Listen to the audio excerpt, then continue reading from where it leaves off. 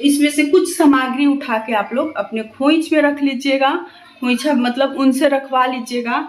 और सिंदूर पूरा नाक से मांग तक लगा। सिंदूरा से हम लोग सिंदूर लगाकर ही पूजा करते हैं, लेकिन पूजा संपन्न होने के बाद से हम लोग नाक से मांग तक सिंदूर लगाते हैं, खोइच भर लेने के बाद। नमस्कार दोस्तों, मैं हूं विभा पांडे और आप सभी का स्वागत करती हूं आज की इस वीडियो में। तो दोस्तों, आज की इस वीडियो में आप जानेंगे कि वट सावित्री व्रत के दिन बिल्कुल सरल तरीके से हम अपने घर में पूजा कैसे करें। तो इसी के ऊपर आज का हमारा ये वीडियो है। आप लोग बने रहें मेरे साथ मेरे चैनल पे। और अगर आपको मेरी ये वीडियो पसंद आती है तो कृपया आप मेरे वीडियो को लाइक करके चैनल को सब्सक्राइब कर दीजिएगा। तो चलिए दोस्तों, पूजा विधि शुरू करते हैं। तो सबसे पहले आप लोग टहनी रख लीजिएगा। अगर अपने घर में करना चाहते हैं तो एक दिन पहले टहनी लाके और अपने घर में इस प्रकार से किसी भी पात्र में लगाकर और रख लीजिएगा। चाहे तो पात्र में मिट्टी भी डाल सकते हैं या फिर जल डाल के और उसमें टहनी को लगाकर आप लोग पूजा कर सकते हैं। और पूजा करने से पहले सबसे पहले बट वृक्ष से 2 ज्वाइंट पत्ता तोड़ के पत्ते पे थोड़ा सा सिंदूर लगाकर और इस पत्ते को अपने बाल में लगाकर और उसके बाद से पूजा किया जाता है। तो मैं यहाँ पे पत्ता अपने बाल में लगा ली हूँ और अब मैं पूजा करूँगी। और पूजा स्थल पे हमें सिंदूरा लेकर भी जाना चाहिए। सिंदूरे से सिंदूर लगाकर घर से ही हम लोग जाते हैं, सिर्फ मांग भरकर। और पूजा करने के बाद से फिर हम लोग नाक से और सिर तक पूरा सिंदूर लगाते हैं, मांग तक। और सिंदूरा वहाँ पे आप लोग जरूर लेकर जाइएगा। अगर बाहर पूजा कर रहे हैं तो भी, अगर घर में कर रहे हैं तो भी पूजा स्थल पे सिंदूरा रख लीजिएगा। एक छोटा सा ऐपन से हमें चौक बना लेनी है। और बहुत सारे लोग कलश रखकर इस पूजा को करते हैं, लेकिन हमारे यहाँ बिल्कुल साधारण तरीके से हम लोग इस पूजा को करते हैं। तो चौक बनाकर, और देखिए, अगर चाहें तो आप लोग श्री कलश, दीप कलश भी रख सकते हैं। चाहें तो इस प्रकार से भी पूजा आप लोग कर सकते हैं। और सावित्री की प्रतिमा बनाई जाती है बट वृक्ष के जड़ पे। तो ये तो टहनी है, तो आप चाहें तो जिस पात्र में लगाए हैं टहनी को उस पे प्रतिमा बना ले, या फिर पत्ता पे भी सावित्री की प्रतिमा आप लोग बना सकते हैं। और प्रतिमा बनाने के बाद से तुरंत हमें सावित्री को सिंदूर लगा देनी है। सिंदूर देखिए चौक पे भी लगा दीजिएगा आप लोग, और उसके बाद से पत्तों पे। 7 की संख्या इस पूजा में बहुत ही शुभ माना जाता है। तो 7 पत्तों पे हमें ऐपन से थप्पा लगाना है और फिर 7 पत्तों पे सिंदूर भी लगाना है। तो इस प्रकार से देख लीजिए आप लोग, मैं थप्पा भी लगा दी हूँ और सिंदूर भी लगा दी हूँ। और वस्त्र स्वरूप आप चाहें तो कलावा भी चढ़ा सकते हैं, या फिर चुंदरी हो आपके पास लाल या पीले रंग का, कोई कपड़ा नया कोरा हो तो आप उसे भी चढ़ा सकते हैं बट वृक्ष पे। और पूजा शुरू करने से पहले हमें सबसे पहले दिया जलानी है। दिया जलाते समय आप लोग ध्यान रखिएगा कि रुई की बाती ना हो। और दिया आप लोग तिल तेल में भी जला सकते हैं, टोटल आपकी मर्जी है। बस रुई की बाती नहीं होनी चाहिए। और दिया को साक्षी माना जाता है, इसलिए सबसे पहले हमें दिया जलानी है। और दिया को आसन पे रखा जाता है, जैसे फूल का मैं आसन दी हूँ। और एक छोटा सा लाल रंग का चुंदरी था मेरे पास, तो मैं चढ़ा दी हूँ। आप भी अगर हो तो चढ़ा लीजिएगा। और सबसे पहले जल से सींचेंगे बट वृक्ष को। खड़े होकर जल अर्पित करनी चाहिए और मंत्र बोलिएगा आप लोग, ओम बट वृक्षाय नमः, ओम बट वृक्षाय नमः, जय माँ सावित्री। हे सती सावित्री, जल अर्पित कर रही हूँ, आप स्वीकार करें। और उसके बाद से पुष्प चढ़ाएंगे। पुष्प का आप लोग चाहें तो माला भी बना सकते हैं, लाल पीले रंग का, जो ही पुष्प आपके पास हो। और नीचे जो चौक बनाई हूँ उस पे मैं गणेश भगवान के नाम से पूजा कर रही हूँ। आप चाहें तो प्रतिमा रखकर या फिर पान सुपारी से गौरी गणेश बनाकर भी आप लोग पूजा कर सकते हैं। मेरे यहाँ बिल्कुल इसी तरह से नॉर्मल तरीके से होता है, नाम लेकर सिर्फ हम लोग पूजा करते हैं। और फिर सावित्री को मैं सिंदूर लगाऊंगी। और ये नया पैकेट है सिंदूर का, आप लोग नया पैकेट लीजिएगा। और इस सिंदूर को सिंदूरे में रखा जाता है, तो आप लोग भी रख लीजिएगा।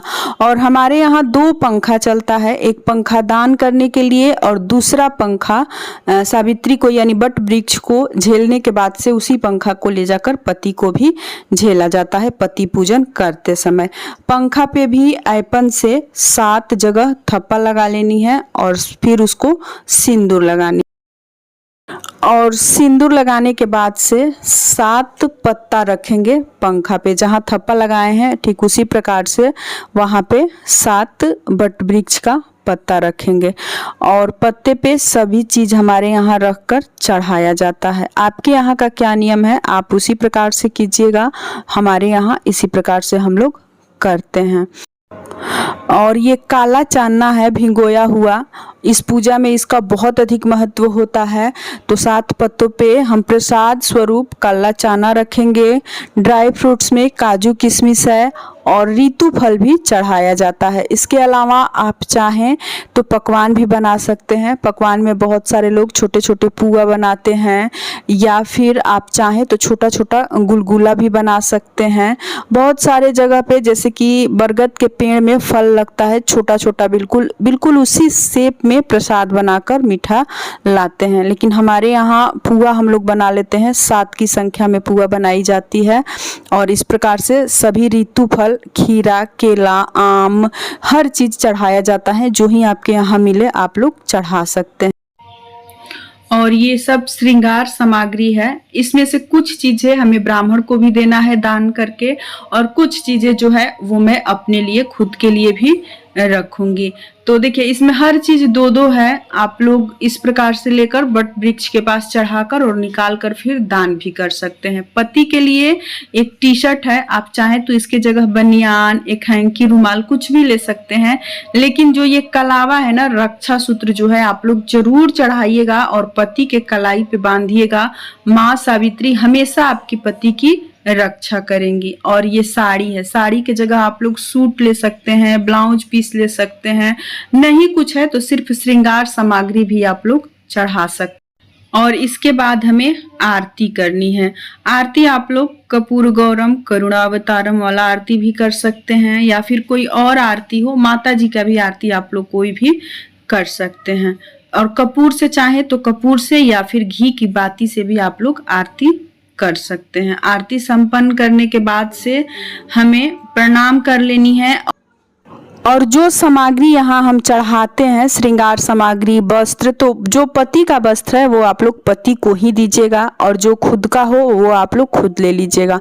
श्रृंगार सामग्री में से कुछ आप खुद के लिए रख लीजिएगा, अगर 2-2 रखे हैं तो, और कुछ ब्राह्मण को दान करके दे दीजिएगा।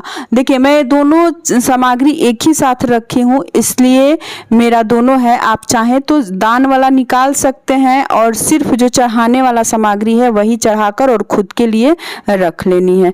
और चन्ना से परिक्रमा करनी है, परिक्रमा 7 या 5 बार या अगर अधिक करना चाहें तो 108 बार भी आप लोग कर सकते हैं। ये 5 बार मैं करके दिखा दे रही हूँ। 5 चन्ना है, कल्ला वाला चन्ना, और जैसे घड़ी की सुई चलती है ना उसी तरह से हमें परिक्रमा करनी है। देखिए ध्यान रखिएगा परिक्रमा करते समय, और परिक्रमा करते समय ध्यान रखिएगा कि जो दाहिना हाथ है वो पेड़ की तरफ होगा और बायां हाथ बाहर की तरफ। जैसे घड़ी की सुई चलती है ठीक उसी प्रकार हमें परिक्रमा करनी है।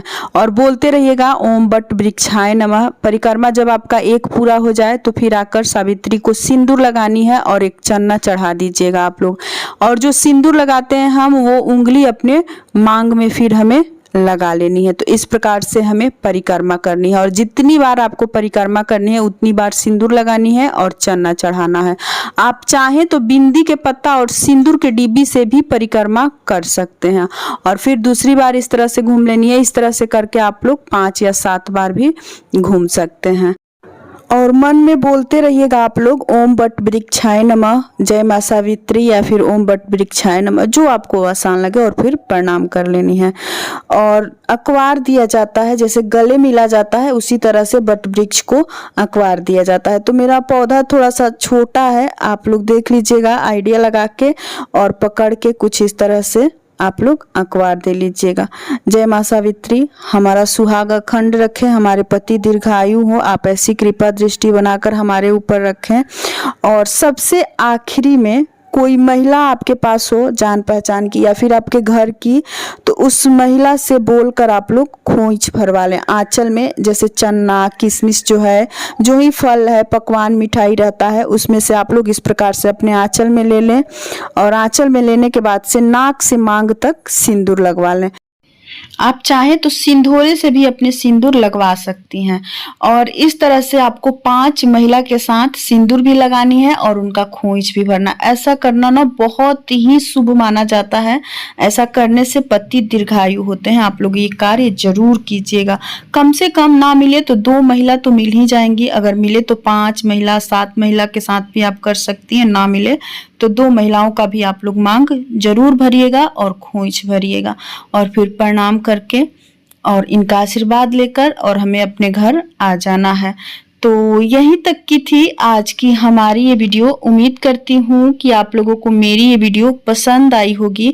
अगर पसंद आए मेरी वीडियो तो कृपया आप मेरे कमेंट बॉक्स में हर हर महादेव जरूर लिखिएगा। फिर मिलूंगी एक नए वीडियो में, तब तक के लिए नमस्कार।